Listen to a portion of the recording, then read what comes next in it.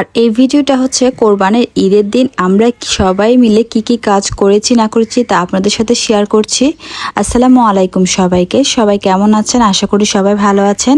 তো সকালবেলা সবাই তাড়াতাড়ি ঘুম থেকে উঠে গিয়েছি। আমরা সবাই কাটাকুটার জন্য বসে গেলাম আর এদিকে গরুর গোশত চলে এসেছে।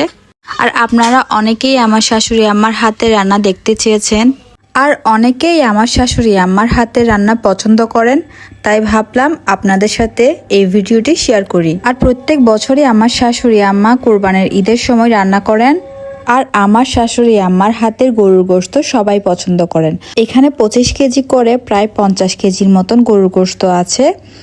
তো এই যে দুইটা ডেকচির মধ্যে নেওয়া হয়েছে, এই যে লবণ দেওয়া হয়েছে পরিমাণ মতন, আর এরপর দেওয়া হয়েছে রসুন বাটা, এরপর দেওয়া হচ্ছে পেঁয়াজ বাটা, এবার দেওয়া হয়েছে আদা বাটা। এখানে প্রত্যেকটা জিনিসই হাতের আন্দাজ করে দেওয়া হয়েছে। আর এখন দেওয়া হচ্ছে কাঁচামরিচ বাটা, এরপর দেওয়া হয়েছে পরিমাণ মতন হলুদ, দুইটা ডেকচিতেই পরিমাণ করে হলুদ দেওয়া হয়েছে। এবার দেওয়া হয়েছে মশলা, প্রায় 3 মুঠ করে করে দুইটা ডেকচিতেই পরিমাণ মতো মশলা দেওয়া হয়েছে। আর এরপর দেওয়া হয়েছে লাল মরিচের গুঁড়া, আর এখানেও পরিমাণ মতন করে লাল মরিচের গুঁড়া দেওয়া হয়েছে।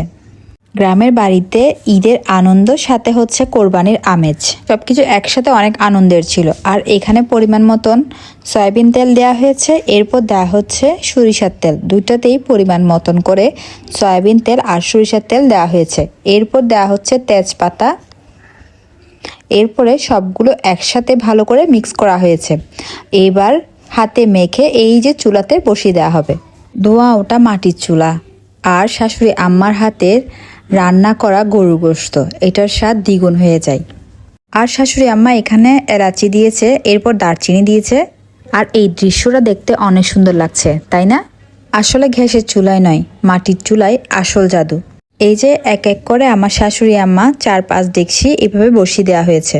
আর এই যে দেওয়া হচ্ছে পরিমাণ মতন পেঁয়াজ কুচি, এবার দেওয়া হয়েছে বেশ খানিক কাঁচামরিচ, এরপর দেওয়া হয়েছে সামান্য করে মেথি গুঁড়ি, এরপর শেষের দিকে দেওয়া হয়েছে গোলমরিচ গুঁড়া, সামান্য 5 ফোড়ন আর জিরা দেওয়া হয়েছে।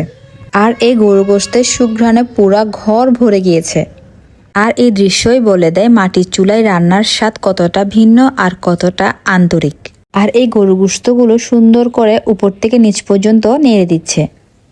আর এদিকে আমি কিছু মগজ ভুনা করব, সেজন্য মগজগুলো এই যে পরিষ্কার করে নিচ্ছি।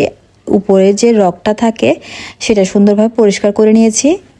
এরপরে একটি ছুরি বা বটির সাহায্যে আমি মগজগুলো ছোট ছোট করে কেটে নিব। আর এরপর আমি এই যে মগজগুলো সুন্দরভাবে আদা রসুন বাটা, কাঁচামরিচ, তেজপাতা দিয়ে ভালোভাবে কষিয়ে নিলাম। এরপর সামান্য পানি দিয়ে মগজগুলো সুন্দর করে ভুনা করে নিব। তো কি করেছি না করেছি তা আপনাদের সাথে টুকিটাকে শেয়ার করলাম। এই যে মগজটা রান্নাও শেষ হয়ে গিয়েছে, দেখতে অনেক সুন্দর লাগছে।